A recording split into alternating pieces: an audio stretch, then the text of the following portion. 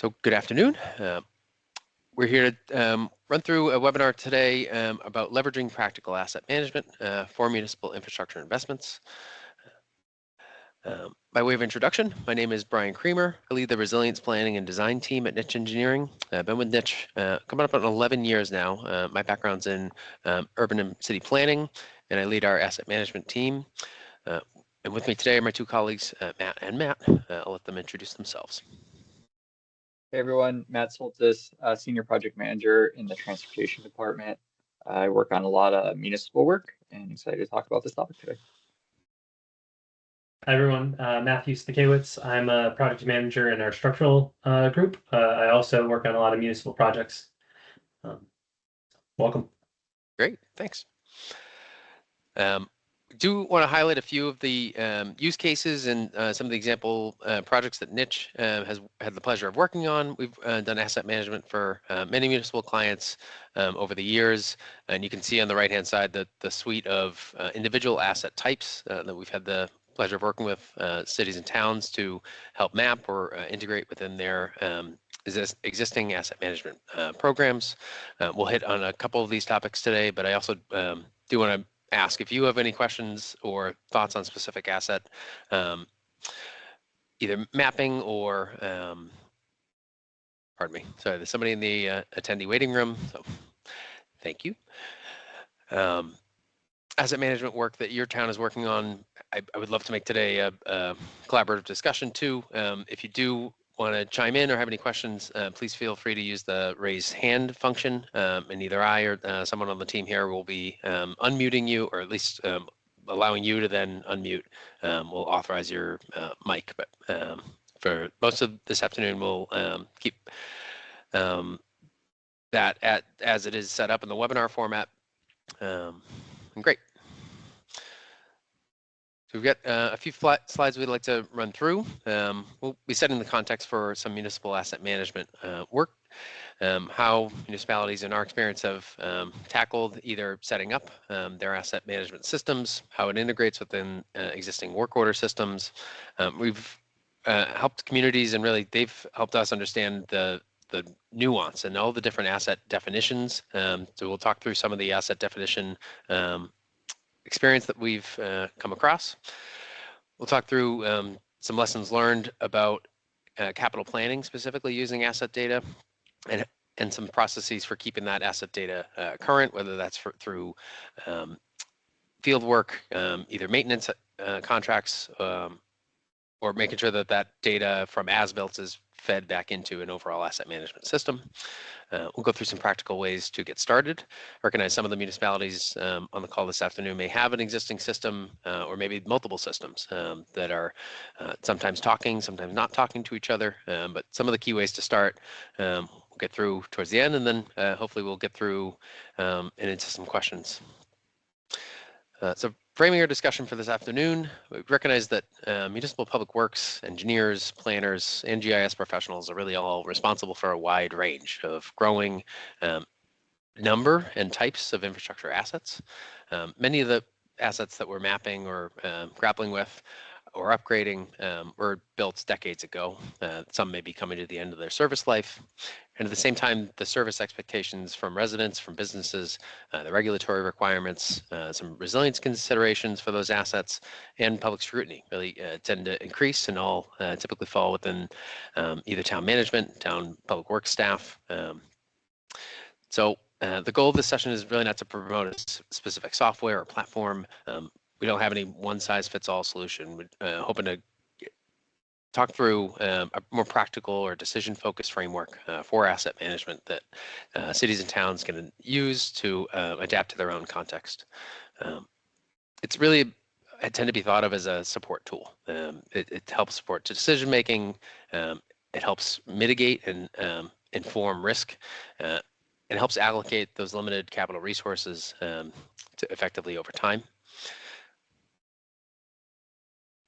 So the other component of this is that we want to make sure that we're incrementally progressing and learning from the systems that we're helping municipalities grow, so that the workflows, the maintenance, the continual upgrades to their systems are informing the asset management work as it's mapped and as it's upgraded over time. What you're seeing there is a image from a culvert replacement project that occurred just last year. Happy to get into a little bit more detail on that as we get forward in the presentation. So some of the key components of this afternoon will be talking through some of the fragmented data, the record data information, the institutional knowledge that may not be written, but is that key person or staff that have that institutional knowledge, and making sure that is incorporated back into an attribute. Focusing on when emergency repairs happen, asset management systems don't replicate the need for those emergency repairs, but making sure that the implications of what happens during the emergency repairs get reflected back in the asset management database as it's updated over time.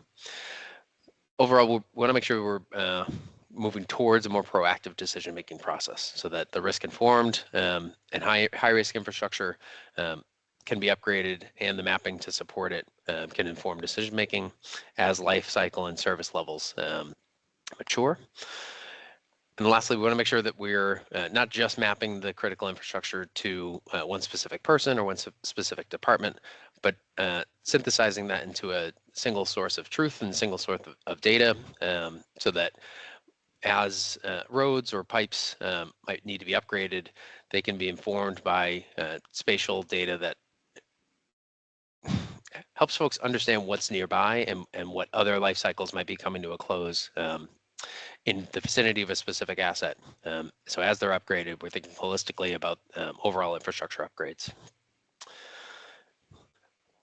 Some of the methods to get that data back into a single location involves a whole host of sources. So some of that might be going out on site, collecting data individually, either using some of the tools we'll talk about in a few minutes, field data or field maps. You may use consultant for that work. Some municipalities may have the staff capacity to go out and collect and update that data themselves.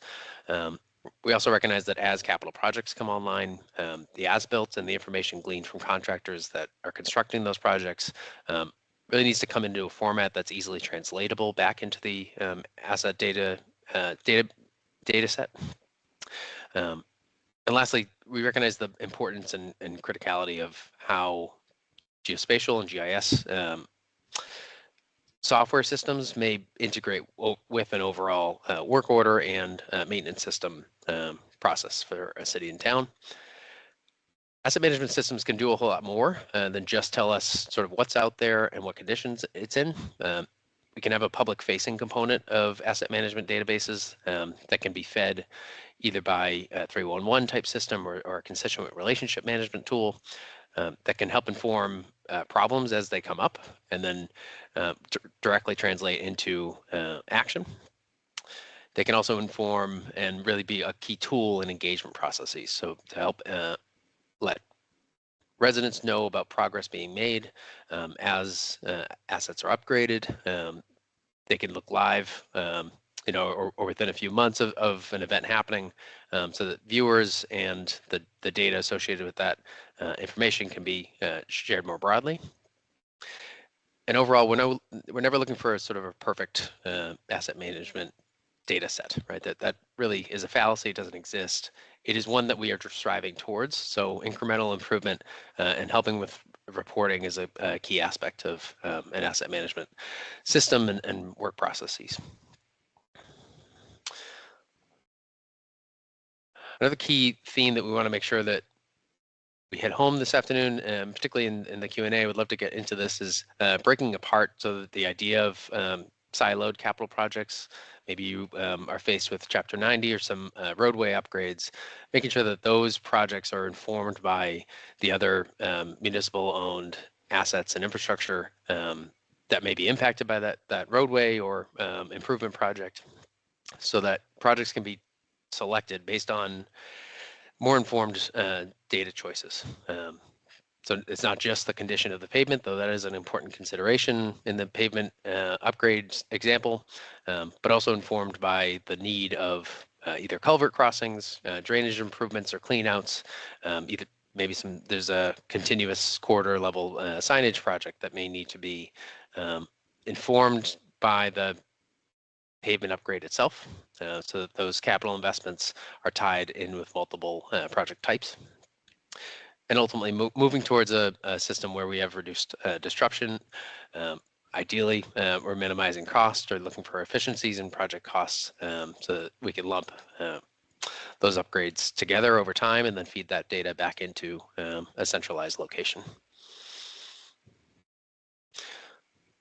So one of the key aspects to start with is to build out a system or a schema that informs multiple asset types. That could inform certainly your roads, your culverts, even your crosswalk assets, but that also gets to their physical location, their asset type, and you can learn a lot and have a organized schema around how we name our individual assets, so that users can easily look in and identify the where, the what very quickly, and then be informed by its condition or other attributes that you may want to know. The structure and sort of the architecture of the system really matters a little bit more than the software that we're using to access that. And then separate assets can follow that same logic. So as we create a holistic schema for naming assets individually, they all tie back to a logical sequential order for how they're named. Ungeoreferenced so asset information can tend to drift over time or be ungeolocated, right? So ambiguous in its location. One of the key aspects that GIS provides, if it is used as a component of an asset management software, is it helps georeference and make sure that the location is updated.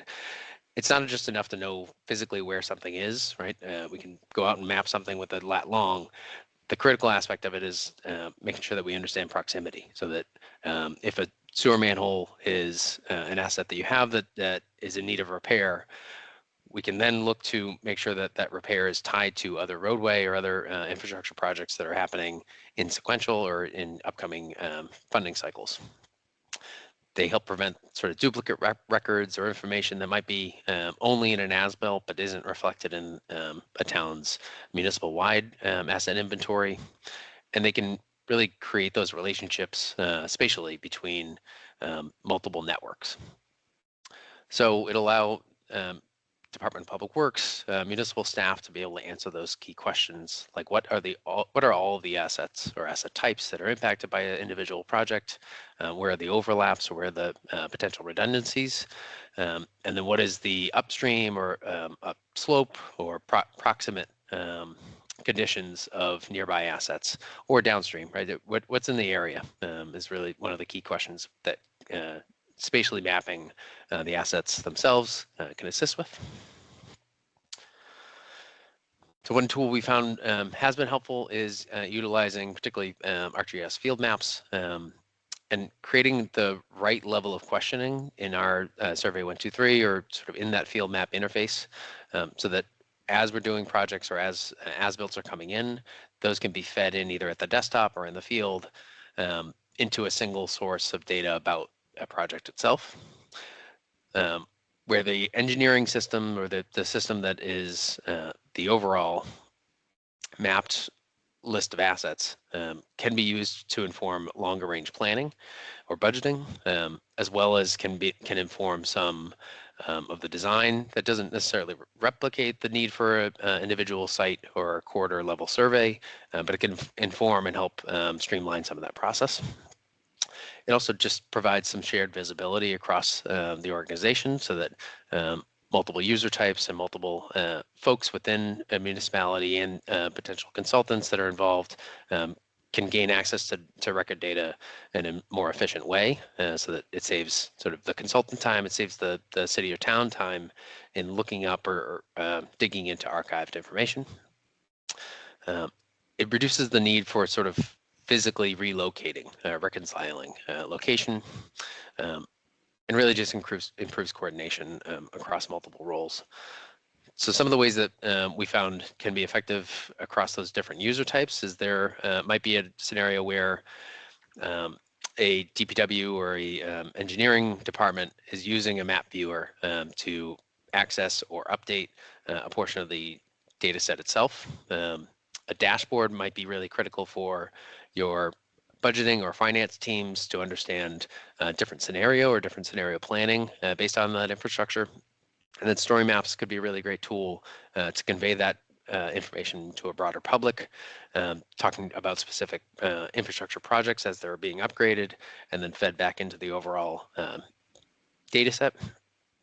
So those are some of the Esri suite of tools that can be used in asset management. We also recognize that there's a really important aspect of having a linear asset or broader asset management system that reflects other data sets that aren't necessarily just about the infrastructure assets themselves. So what I mean by that is an example from the town of Weston. We had the opportunity to work with them on some longer range planning. Some of the roadway and crash clusters actually had some implications on their upcoming linear asset or roadway work that was being planned. We were able to identify and sort of inform some of the roadway work or intersection safety improvement projects based on the condition assessment or the pedestrian connectivity or sidewalk or crosswalk information that was gleaned from the individual asset database. So that's sort of a brief example of ways that you can inform some longer range planning by having that resource available to look to as you're doing it. There's a whole suite of different users that might benefit from having a town-wide or municipality-wide or asset-wide mapped system. So certainly, I think we could all recognize the example where field staff might be in the field and want to know something about an individual asset. They're standing over a manhole going, what's the invert out here? They can pull that up right in the field, right? Engineers certainly have the benefit of using that at a desktop or even in the field to be able to tell information about a project before it begins and help mitigate those constraints or conflicts. Planners get to use those tools to inform some longer range decision making on other asset upgrades.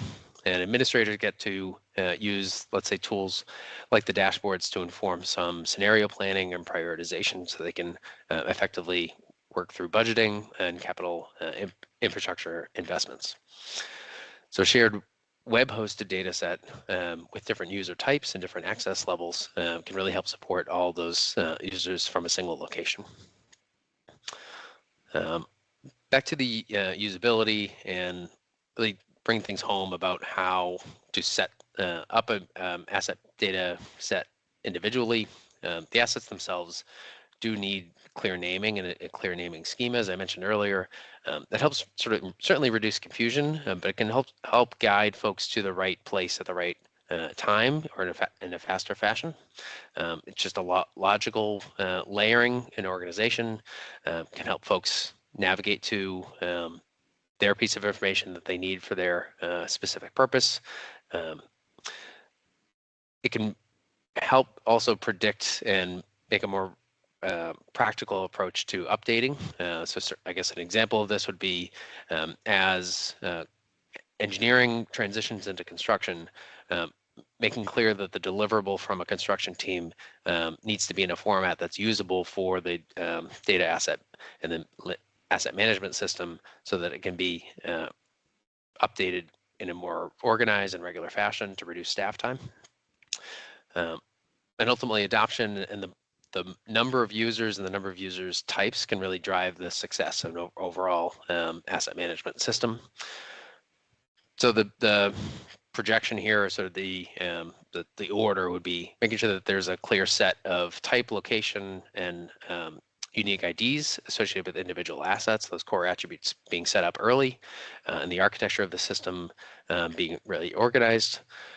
Then allowing either field users or as things get upgraded, as builds coming back to be tracked within that system and inputting that data across multiple user types.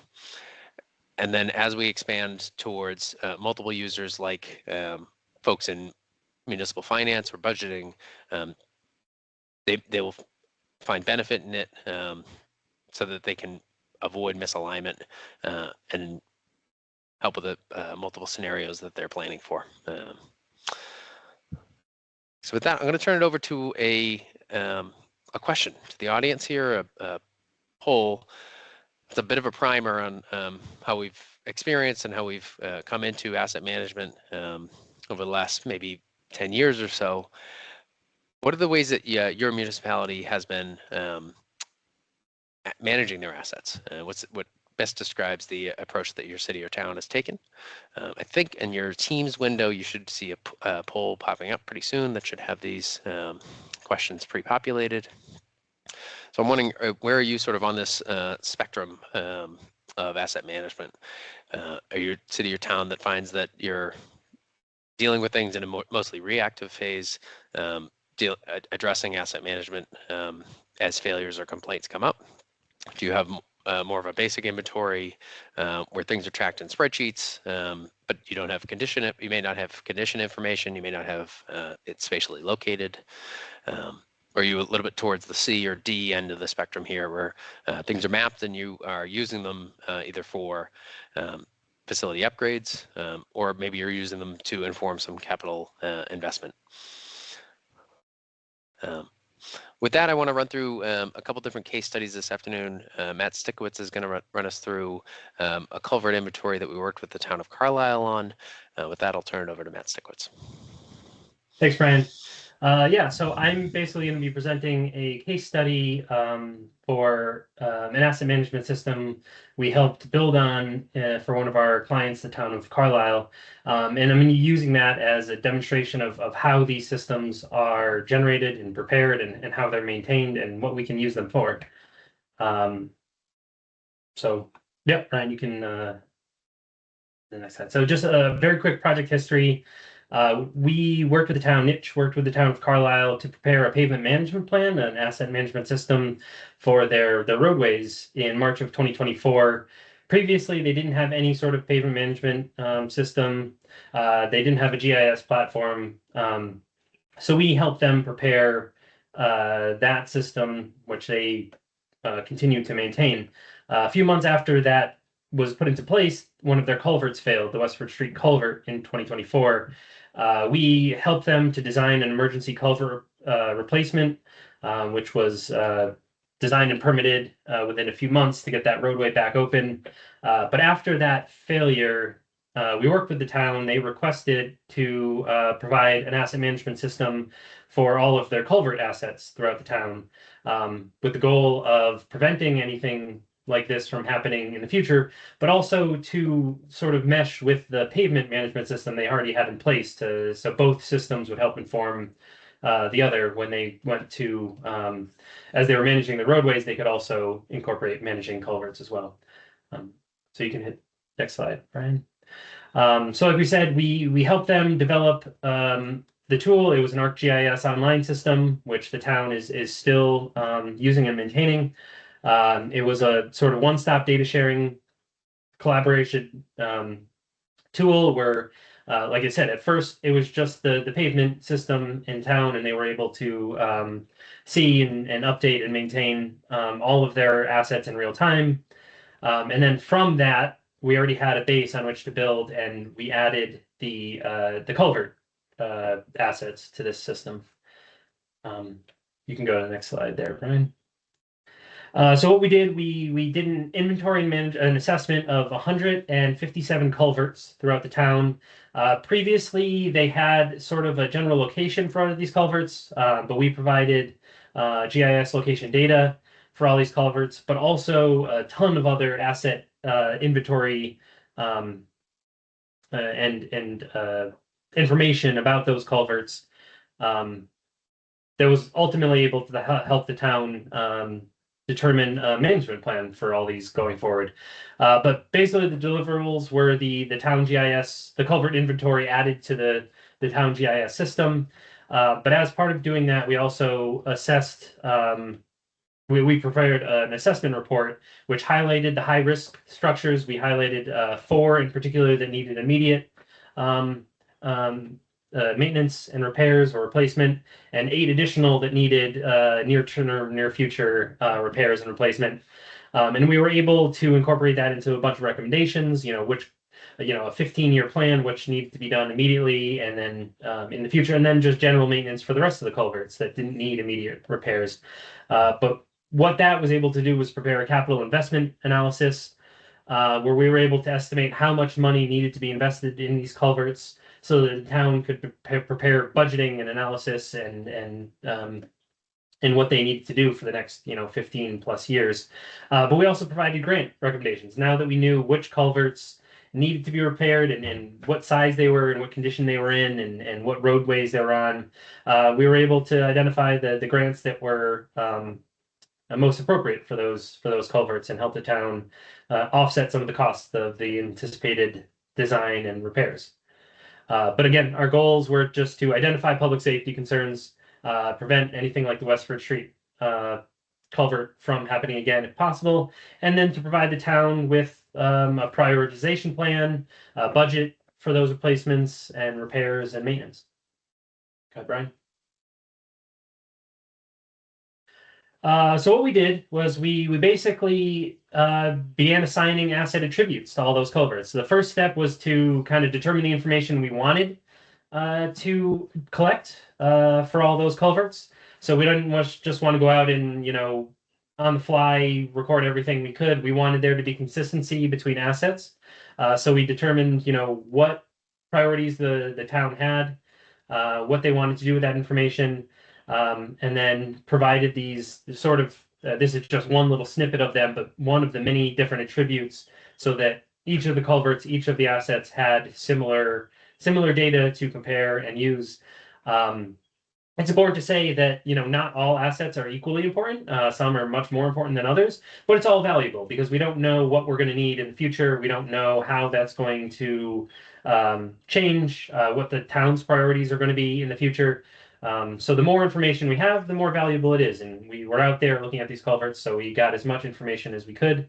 But it's also important to balance that and know that it's not just about completeness. It's not just about collecting as much data as we possibly can. It's about collecting data that's going to help us make decisions. It's about supporting decisions. It's about prioritizing repairs and maintenance and the like. Okay, Brian, I think we can go. So, I mean, obviously these systems can be as complex as you like and as complex in detail that have as much information, as we can manage, but they all got to start somewhere. So even a minimal asset record is still useful. So it's just important to know that, they can start like they did in Carlisle is a simple, roadway asset management system, pavement management system.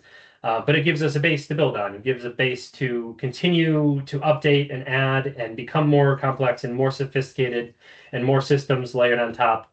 And then we can begin comparing those. So it's just enough information to start planning and prioritizing. But in this example, a paving project could inform a pipe crossing. If we identified, 2 projects that need to be done, or 2 projects that are upcoming or due for maintenance, we can, combine them. We obviously don't want to be doing a paving project and then a couple years later come back and dig it all up so that we can replace a culvert. Go ahead, Brian. Thank you. So again, just a kind of common sense, but it's important when you have these systems to continually update and improve them. That's sort of what they're there for. So it's important to document our assumptions and confidences when we're out there. So we know what needs to be updated and improved in the future. We know how accurate the data is. But at the same time, it's, imperfect data is acceptable early on. We don't need to know everything. There can be gaps here and there because we know as these systems are updated and as the assets themselves change, that information is going to be filled in. It's going to be corrected. It's going to be get better and better over time. So it is important for periodic updates, whether that's when the culverts or when the assets are maintained or replaced or repaired, or when new assets are added, or as they begin to deteriorate, because we all know that, things deteriorate over time. Go ahead, Brian. So once we have this data, it's important to understand what this data can tell us. So this is an example of the sort of spit out of the system that we had for the culvert. This is one of the high priority culverts that we identified in the town of Carlisle. and it gives us all the information we need to be able to, you know, explain the existing conditions and provide recommendations about what we need. But it's important to note that condition alone does not determine priority. So we look at more than just the condition of whatever we're assessing. Obviously, there's the risk associated with that. If something is in poor condition, it's more likely to fail. There's a higher risk of that. But we also look at the consequences. For example, you know, a culvert on a quiet road that, you know, has multiple inlets and outlets where there's potentially an easier detour is not going to have as much consequence if that fails as, say, you know, a main thoroughfare with a much longer or you know, complicated detour, or a dead end road, for example, or an access road to a school where if the culvert fails and the roadway is closed, it cuts off access to emergency vehicles or access to the school or other facilities. So we really take into consideration, you know, what consequences there would be, what the service area is, and each municipality has different priorities. So, you know, some towns and some cities will have different priorities than others. For example, some may have higher, you know, environmental concerns, and they may want to incorporate improved wetland crossings and improved wildlife crossings to their culverts and identify those that can be improved rather than just simply, you know, safety repairs. So it can be, you know, very much changed and modified for the town and the priorities in that town, and as the town's priorities themselves change. But really, the critical takeaway here is that unmanaged data gets lost.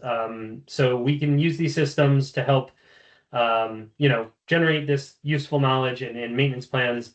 But it's just it is historically, you know, been a condition where information that isn't managed, information that isn't in these systems just tends to get lost. We've done plenty of designs for towns and cities and other municipalities where we look for that information, you know, design plans for culverts and bridges and other things that just don't exist anymore. They've been lost. They can't be located. And that's usually a result of gaps during project handoff and closeout, where the design consultant, you know, doesn't give the town the necessary documents to, you know, record them, or the contractor doesn't hand off the plans or whatever they're building, and there's just a loss of knowledge. As Brian also mentioned earlier, there's institutional knowledge that leaves when the employees and the staff members who know so much about these assets leave. They're the ones maintaining them. They're the ones that understand when they've been maintained or replaced most recently, how to maintain them, what each thing needs, and that information, if it isn't recorded, it tends to disappear. So these systems provide the opportunity not only for, you know, consultants like us to go out and record data, but also for the staff themselves to record that data and to provide a system that the town is going to have after, you know, their assets, you know, move on. So we've got another poll here. I don't know, hopefully this one is going to work, but it's important to note that for these systems like this, no matter who helps generate them, it's usually becomes the town who maintains them. And obviously that comes with a bit of costs, generally licensing costs for the software that they obtain, and also, you know, general updates, whether that's a consultant like Nitsch who provides updates to those systems or the town themselves. So we were just curious, you know, do the towns, do the communities that you're working in currently have any sort of funds for this type of system? Are you managing licensing fees, or is this just something that hasn't really been planned for at the moment? Polls.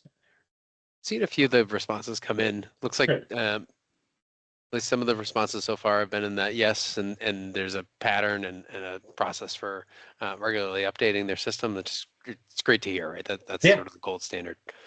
Absolutely, agreed.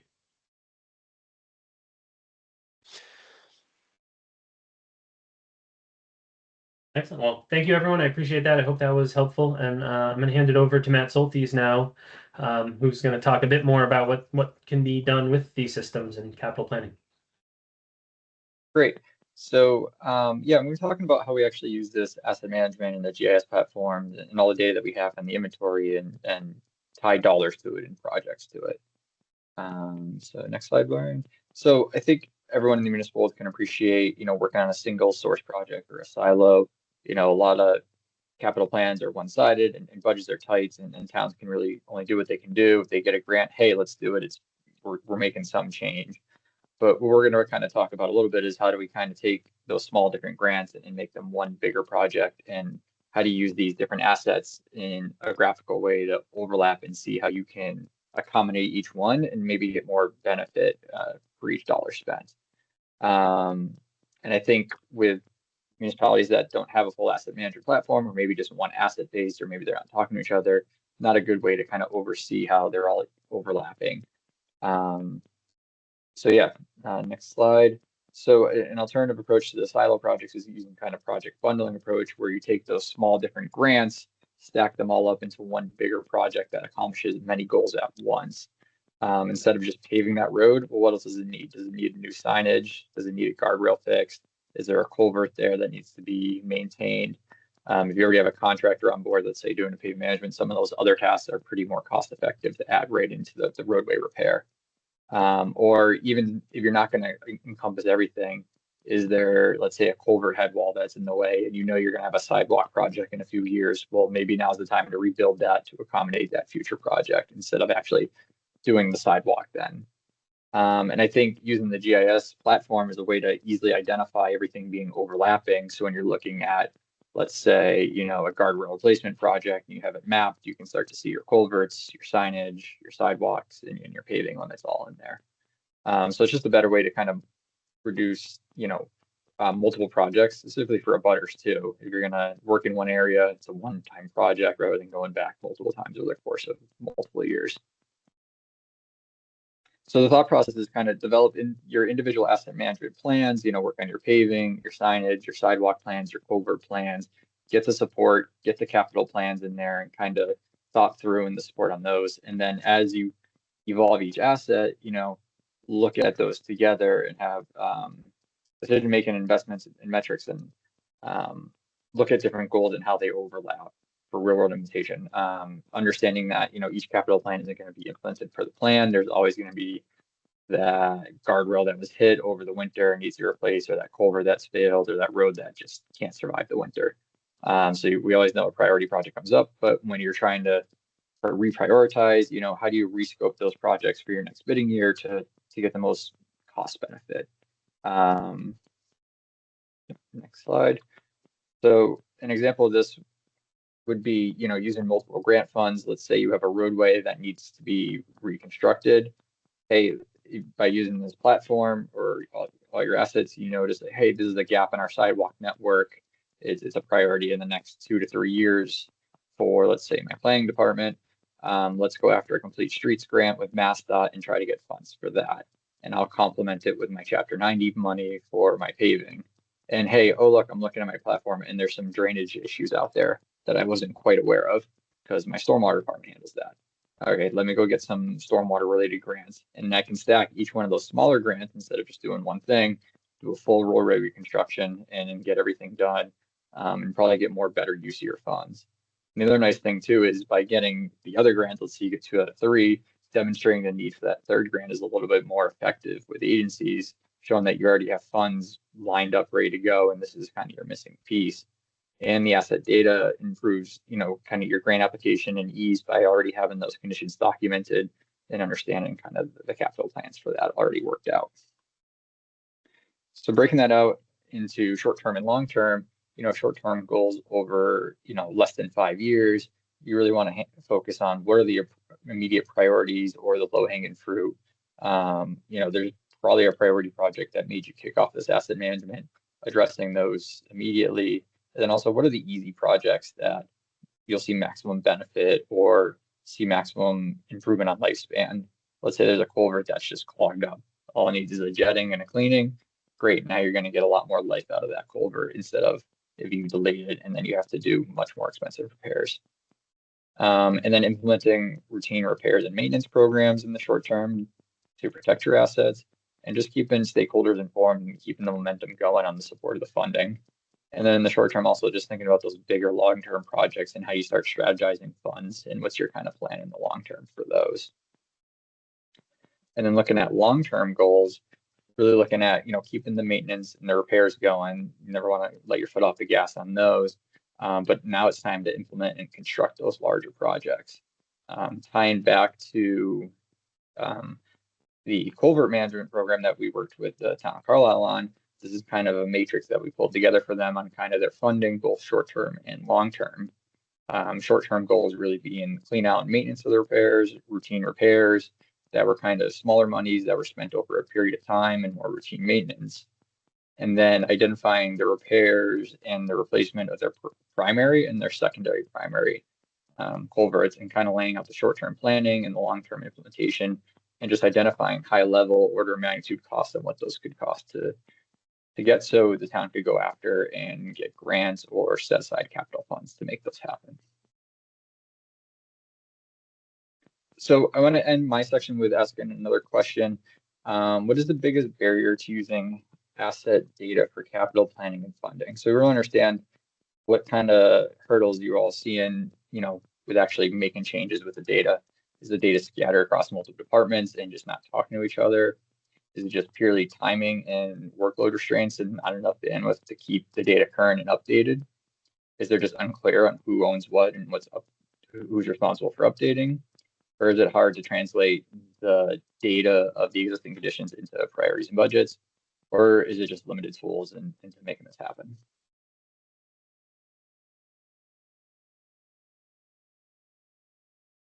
All right, seems like a lot of people are saying it's hard to prioritize into budgets, so I hope our language talked, and if not, definitely happy to answer any questions after this. Thank you, and I'll hand it back to Brian to wrap us up. Thanks, Matt. And thanks to the audience here for submitting your inputs. I mean, these questions are obviously big ones, but they're important for us to know sort of how asset management is functioning on a municipal basis, and really where these pain or pinch points might be. Great. So I wanted to take us through a few practical ways to start, some kickoff type materials, and what might be needed in order to inform before you go through an actual organization or architecture for a asset management system. We want to make sure that we are doing some really good housekeeping on the data that you have. So certainly organizing, chronicling, and documenting the existing mapping, inventories, or past assessment work, and then creating a clear file or folder organizational system for as-built drawings or the record data to help inform that system before it gets set up. There's then a second tier where we're identifying key staff members, and maybe even going out and doing some field reconnaissance to fill in those documentation gaps where you might not either know or the record data that we have is either dated or otherwise suspect. It's worth then verifying that either with institutional knowledge or field information, making sure that those resources are available and organized. And really, that can happen over time. It doesn't need to happen all at once, but creating a organized and methodical location for all that data can help the asset management system setup and maturity get improved incrementally, right? So that it can be fed with various data sources as it grows and as it expands. So maybe a good place to start for many municipalities might be in their roadway network. Maybe there's already one that exists for your roadway network. We recognize that Chapter 90 funds sort of tend towards pavement management conditions. That's where many municipalities start in terms of mapping and assessing their existing data sets. It's also just a huge cost and cost burden at the municipal level to do those repaving projects. So we want to make sure that as you're setting up the asset management database and systems, that they're narrow in scope and keep that effort sort of manageable to just one asset at first. We want to make sure that we're answering those questions like what problem are we really trying to solve here, and what does what are the metrics for success look like in the 1 and 3 year horizons. And then as we get updates or as projects, either capital projects for improvement come online or repairs are made, that those updates are tracked. And then it's time to expand that to other asset types, right? Let's say culverts or signage, et cetera, as you've heard about earlier today. That's where you sort of start to layer those on top of the existing asset group.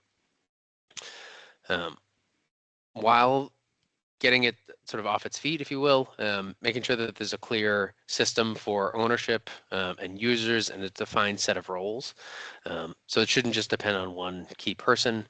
This, certainly goes without saying, but having a team of people that are responsible for this resource is really a key one to its overall long-term success.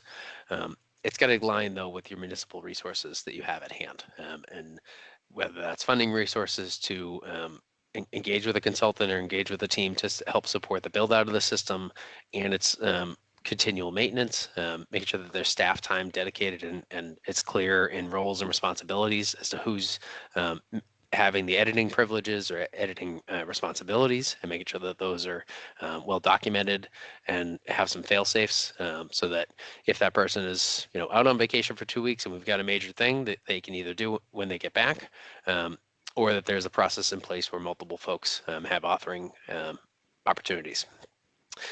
And then long-term success really requires this clear, defined protocol for what the ultimate goal for the asset management system is, who the owner or owners are, what support elements might be needed to inform that ownership, what their capacities are to provide updates.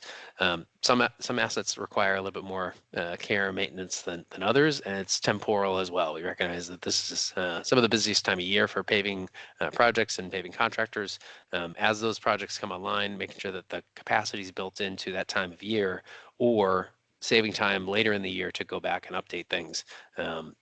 So as the as-built information comes back, that the data received is tracked and can be fed back into the overall system, and that these are appropriately budgeted for in the multi-year and in the fiscal year, so that you're not caught by surprise in next year's update cycle where you don't have the budget to pay for that additional GIS license or pay for the staff time to inform the updates needed. So what does success look like in a fully functioning and high-performing asset management system? It really shows up in reduced number of unexpected failures of your infrastructure systems more broadly, or at least that you're informed as things are coming to the end of their useful life, so that you can make key decisions about their upgrades. That'll help inform some prioritization, and the upgrades of individual assets may be bundled together. It can help improve the response time and ultimately the connection between field issues that are either observed or come in through resident information, that the response to those can be felt, right, in a more meaningful way from the resident or from the business perspective, and that there's consistent and a little bit more streamlined reporting back of the upgrades as they're made. So the goal here really isn't to have sort of a perfectly filled out attribute table.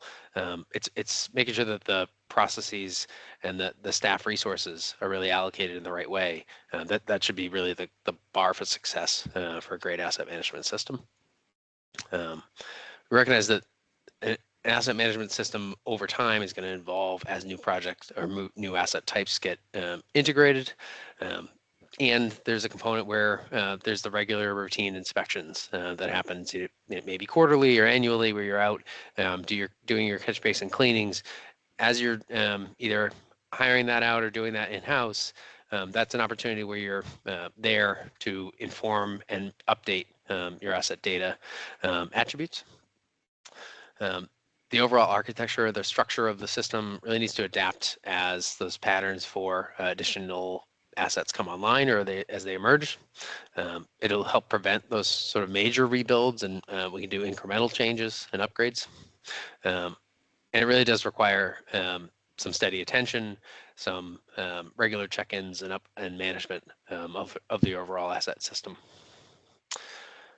So those some of the lessons learned from our work across multiple municipalities. You've heard about some examples from Carlisle this afternoon, but I also did want to share that there are many resources out there, particularly from professional societies and organizations, as well as government resources. Wanted to point out the asset management system, a handbook for small water systems. It's a sort of important one and a seminal one from the EPA about setting up rural water and wastewater systems, and what the architecture and what the system overall organization should look like. There's many resources available for transportation resources specifically. MassDOT's got a great one, as well as Federal Highway, but I threw the DO2 example up here. That could be adapted. That's certainly specific to MassDOT owned and maintained roadways, but the system and the architecture of that could be adapted at the municipal level. American Public Works Association, or APWA, has a number of asset management resources, and it's got a great roadmap/guidebook for public works groups in advancing their asset management as things come to maturity. And then certainly as a key player in this, Esri, in its as it's the company that authors ArcGIS as a tool, it is a resource to help inform some asset management. Also has many project planning and capital project planning resources available. Should you be using their tools, we found them to be really helpful in informing how we've set up some of the back end systems on our end. But there may be others too. I would love to hear about tools or resources or guides that you've used that have helped inform your asset management systems. And with that, I think we're going to turn it over to audience questions, thoughts. We've got about 6 minutes left here. Really do appreciate the folks that are hanging on and still on the call with us. Thank you for your time this afternoon. If you do want to get in touch with us about specific asset management questions, we're happy to chat and provide some resources and our thoughts. That's our contact information. I bet that will be in the post webinar survey as well. So again, I just want to say thank you for your time this afternoon, and looking forward to connecting.